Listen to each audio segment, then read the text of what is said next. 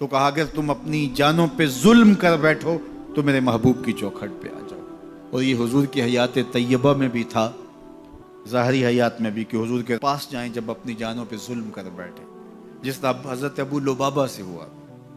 آج مسجد نبوی کے اندر ریاض الجنہ میں ایک ستون ہے، جس ستون کا نام ہے استوانۃ ابی لبابہ وتعرف بالتوبہ، معروف ہے ستون توبہ کے نام سے۔ حاجی جب جاتا ہے تو اس کی خواہش ہوتی ہے ریاض الجنہ میں جگہ مل جائے، ریاض الجنہ میں چلا جائے تو اس کی عرض ہوتی ہے کہ استوان ابی لبابہ کے پاس 2 نفل مل جائیں توبہ کے۔ یہ حضور کے مصلی سے حجرہ عائشہ کے درمیان میں پڑتا ہے۔ ابو لبابہ سے ایک معاملہ ہو گیا، بنو قریظہ کو انہوں نے ایک راز بتا دی، اس طرح اشارہ کر کے جو کہ تمہاری گردن کاٹ دی جائے گی، یہ غزوہ احزاب کے بعد۔ پھر خود ہی انہیں احساس ہوا کہ مجھ سے غلطی ہو گئی ہے، تو انہوں نے اپنے آپ کو ستون کے ساتھ بندھوا دیا اور کہا کہ جب تک میری توبہ نہیں ہوگی اتنی دیر تک یہیں بندہ رہوں گا۔ تو حضور نے دیکھا، تو اب چونکہ انہوں نے قسم کر لی تھی، فرمایا ٹھیک ہے، جس طرح اللہ کا حکم آتا ہے۔ اور حضور جاتے ہیں آتے ہیں، رستے میں یہ ستون پڑتا ہے، تو حضور کے دل سے ان کے لیے مغفرت کی دعائیں نکلتی کہ اللہ انہیں معاف کر دے۔ 6 دن اور 6 راتیں مسلسل وہ ستون کے ساتھ بندے رہے کہ میرا گناہ معاف ہو جائے۔ اللہ اکبر۔ پھر اللہ کے محبوب پر وحی نازل ہوئی، ابھی پردے کے حکام نہیں اترے تھے۔ سیدہ ام سلمہ رضی اللہ تعالی عنہا نے کہا کہ حضور اگر اجازت ہو تو میں انہیں خوشخبری دے دوں۔ تو فرمایا ٹھیک ہے۔ تو وہ دروازے پر آئیں اور کہا کہ ابو لبابہ تمہاری توبہ قبول ہو گئی۔ تو صحابہ دوڑے ان کی رسیاں کھولنے کے لیے۔ ابو لبابہ نے کہا خبردار کسی نے میری رسی کھول لی، یہ رسیاں حضور اپنے ہاتھوں سے ہی کھول لیں گے۔ پھر فجر کی نماز کے وقت حضور تشریف لائے تو حضور نے رسیاں کھولی۔ تو استوان ابی لبابہ کے نام سے اب بھی وہ ستون موجود ہے وہاں۔ جب ترکوں نے مسجد نبوی تعمیر کی تو اس مقام کے اوپر جو ہے وہ ستون بنایا، اور آج بھی جب حجاج زائرین جاتے ہیں تو وہ اس ستون کے پاس 2 نفل پڑھتے ہیں، اور وہاں 2 نفل پڑھ کے جب دعا مانگی جاتی ہے تو گناہ معاف کر دیے جاتے ہیں۔ یہ علامت ہے اس بات کی کہ صحابہ گناہ کر بیٹھتے تو حضور کے پاس آتے۔ اب حضور کے وصال کے بعد بھی یہ عمل صحابہ میں جاری رہا، تابعین میں جاری رہا، بعد میں آنے والوں کے لیے جاری رہا، اور آج تک امت وہاں جا کے حضور سے شفاعت کی طلبگار ہوتی ہے اور اپنے گناہوں کی معافی اللہ کے حضور کے وسیلے سے طلب کرتی ہے۔ صاحب مدارک نے لکھا اسی آیت کریمہ کے تحت کہ حضور کے وصال کا 2 یا 3 دن تھا، ایک عربی دیہاتی دور دراز سے سفر کر کے مدینۃ المنورہ پہنچا حضور سے ملنے کے لیے۔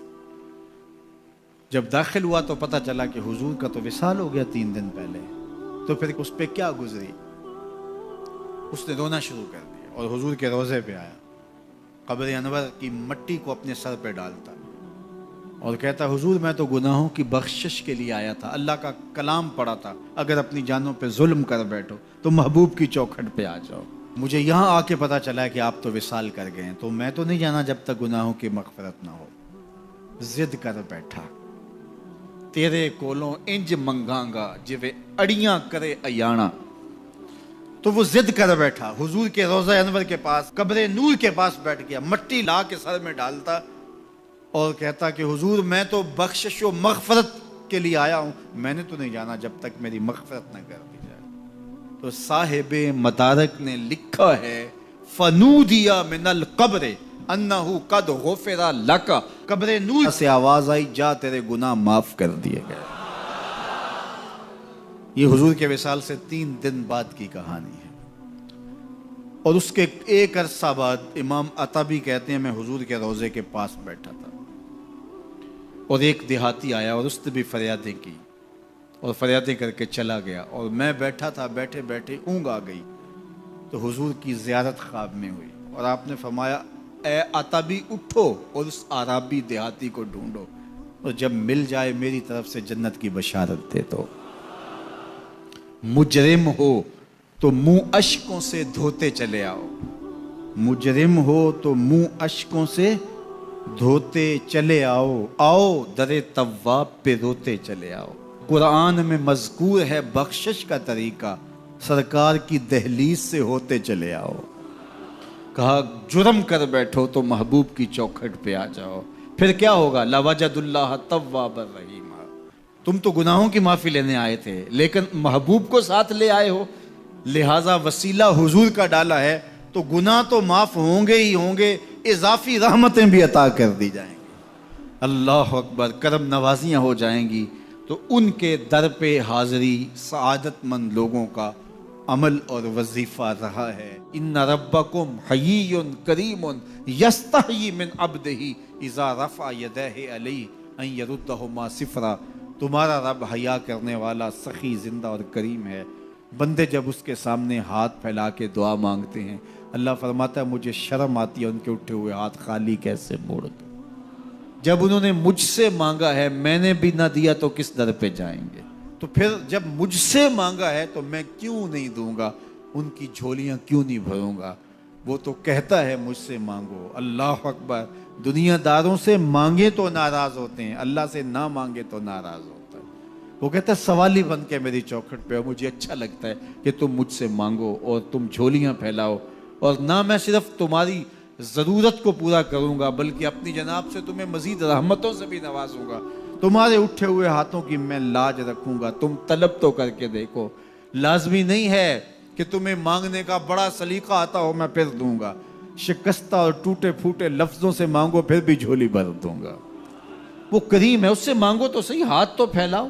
جس زبان میں مانگنا آتا ہے مانگو. عربی میں مانگو، ہندی میں مانگو، سندھی میں مانگو، پنجابی میں مانگو، نظم میں مانگو، نثر میں مانگو، اقبال کے لہجے میں مانگو، رومی کی طرز پہ مانگو، سادی کے انداز میں مانگو. نہیں مانگنا آتا خالی ہاتھ پھیلا دو، وہ بند لبوں کی بولیاں بھی سنتا ہے. آؤ تو صحیح اس کی چوکھٹ پہ، جھولی تو پھیلاؤ. زلیخا بت کے آگے ہاتھ جوڑے کھڑی تھی تو کیا کہہ رہی تھی؟ یا صنمی یا صنمی، اے میرے بت مجھے بچھڑا ہوا یوسف ملا دے. اس کا اعتقاد تھا کہ یہ مجھے دیتا ہے اور وہ ہاتھ جوڑے کھڑی تھی. لیکن وہ پتھر کا مادو بلا اس کی کیسے فریاد سنتا. لیکن وہ روزانہ کھڑی ہو جاتی تھی، دعائیں مانگتی تھی، یا صنمی اے میرے بت مجھے بچھڑا ہوا یوسف ملا دے. زندگی گزرتی گئی، لیل و نہار کروٹیں کھاتے گئے. عمر ڈھلنے لگی، چہرے پہ جھریاں ابھرنے لگی. وہ روزانہ سر شام ہاتھ جوڑتی اور بیٹھ جاتی لیکن کوئی جواب نہ آتا. ایک دن رات کا پچھلا پہر تھا، یا صنمی کا وظیفہ چل رہا تھا. نیند کا جھٹکا آیا، زباں بل کھا کے کہا یا سمادی یا سمادی. آواز آئی جبریل جا یوسف کے گھوڑے کا رخ موڑ دے، بچھڑی ہوئی کو یوسف ملا دے. مالک اس نے تجھے تو نہیں پکارا، یہ تو بت کو پکار رہی ہے. وہ تو زباں بل کھا گئی اور یا صنمی کے بجائے یا سمادی کے لفظ آگے. کہا جانتا ہوں، لیکن اتنا عرصہ ہوا بت کو پکارتے ہوئے اس نے کوئی جواب نہیں دیا. آج اس کے لبوں پہ میرا نام تو آیا ہے، جیسے بھی آیا ہے. اگر میں نے بھی نہ دیا میرے اور بت میں فرق کیا ہوا؟ جا بچھڑی کو یوسف ملا دے. کوئی مانگے تو صحیح، کوئی ہاتھ تو پھیلائے. ہم تو مائل بکرم ہیں، کوئی سائل ہی نہیں. ہم تو مائل بکرم ہیں، کوئی سائل ہی نہیں. راہ دکھلائیں کسے راہ رب منزل ہی نہیں. جلوائے طور تو موجود ہے، کوئی موسیٰ ہی نہیں. کوئی ہاتھ تو پھیلائے، کوئی جھولی تو پھیلائے، کوئی مانگے تو صحیح. دنیا والوں سے مانگیں تو ناراض ہوتے ہیں، اللہ سے نہ مانگیں تو ناراض ہوتے ہیں. دنیا والوں سے مانگنا ہو تو وقت دیکھنا پڑتا ہے. اب تو صاحب سو رہے ہوں گے، اب تو ناشتے کا وقت ہے، اب تو دفتر کی مصروفیت کا وقت ہے، فراغت کے لمحے ہوں گے تو بات کریں گے. تو کسی دنیا دار سے بات کرنا ہوتا ہے تو وقت دیکھنا پڑتا ہے. لیکن رب سے جب مرضی بات کرو در رحمت کھلا ہوا پاؤ گے. لا تاخذہ سنۃ ولا نوم، نیند کیا اسے اونگ بھی نہیں آتی. جب بھی مانگو گے دستے کرم کشادہ پاؤ گے. جب بندے اس کے سامنے ہاتھ پھیلا کے مانگتے ہیں اللہ فرماتا ہے مجھے شرم آتی ہے ان کے اٹھے ہوئے ہاتھ خالی کیسے موڑ دوں. تو ہم بھی اللہ کے حضور دعائیں کرتے ہیں. اگر کسی کو وہاں جانا نصیب ہو تو وہ تو قبولیت کے بہترین لمحے ہیں، اور اگر نصیب نہیں بھی ہوتا تو 9 ذی الحج کو ہم یہیں کھڑے ہو کے کہتے ہیں مالک وہاں تو آ نہیں سکے، یہاں تو کھڑے ہیں. میرے مالک تو کرم فرما دے اور ہمارے صغائر کبائر سارے معاف فرما دے. تو 9 ذی الحج کا روزہ بھی رکھا جائے اور اللہ کے حضور دعائیں بھی مانگی جائیں. آپ جہاں بھی ہوں گے قبولیت ہوگی، اور اللہ قبولیت کو مزید 4 چاند لگانے کے لیے کسی دن اپنی چوکھٹ پہ بلا بھی لے گا۔ وہ کیا کسی نے کہا تھا کہ کام آخر جذبہ بے اختیار آ ہی گیا، کام آخر جذبہ بے اختیار آ ہی گیا، دل کچھ ہی صورت سے تڑپا ان کو پیار آ ہی گیا۔ تو ایک دن اللہ ہمیں اس سعادت کے لیے اپنی چوکھٹ پہ بھی بلائے گا۔ اللہ آپ سب کو بار بار حج بیت اللہ کی سعادت نصیب فرمائے۔